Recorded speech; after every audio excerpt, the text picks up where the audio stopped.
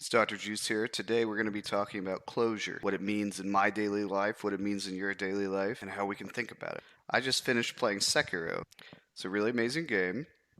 Super enjoyed it. And I actually played it twice. So the first time around, you have to beat the whole game.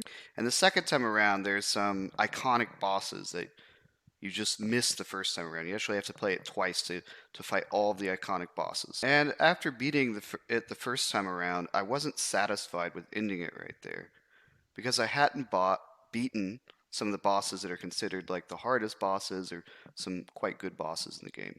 Anyway, so I didn't feel like I had closure with that game. I had to fight it a second time, like play the whole game through a second time. I actually played with a harder setting as well to keep it challenging for myself. And only after beating the entire game again and then fighting these two hardest bosses on an even harder difficulty setting, I was able to feel closure. I felt like I had really given a large piece of myself to the game, and it meant something to me that I have now beaten this game a second time on a harder difficulty and fought most of the main bosses.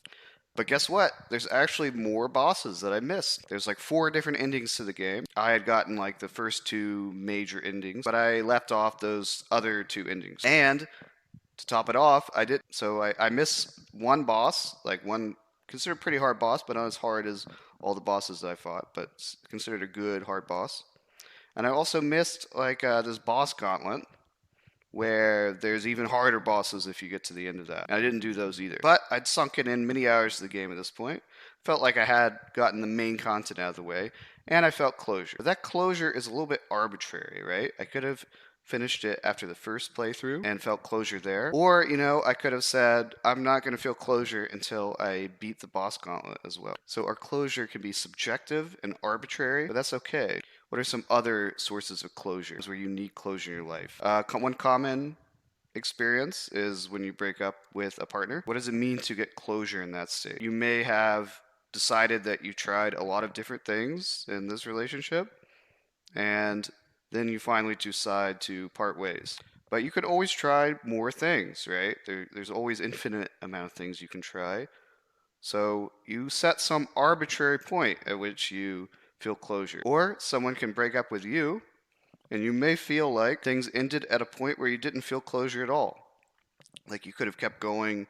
You stopped here. You stopped here when you could have stopped like over all the way farther. And maybe you could have tried different things to make it work, but you don't get the chance because someone just broke up with you. And then you don't get closure there. But as humans, that's fine. We just forget about it. Over time, we forget and we move on. We arbitrarily decide. To recap, we arbitrarily decide the closure we get and when. Some things we don't get closure for, but then we just forget about it. In a sense, that's our own sense of closure. We say, okay, things did not get as far as we wanted to, but I can still take away a lesson from that experience and find closure there. What about death of close, important people to us? I had a death of a close friend once who died at a fairly early age in their 20s. She committed suicide, I believe, and she was a close friend of mine. And prior to this time, I think I hadn't spoken to her in like a year or so.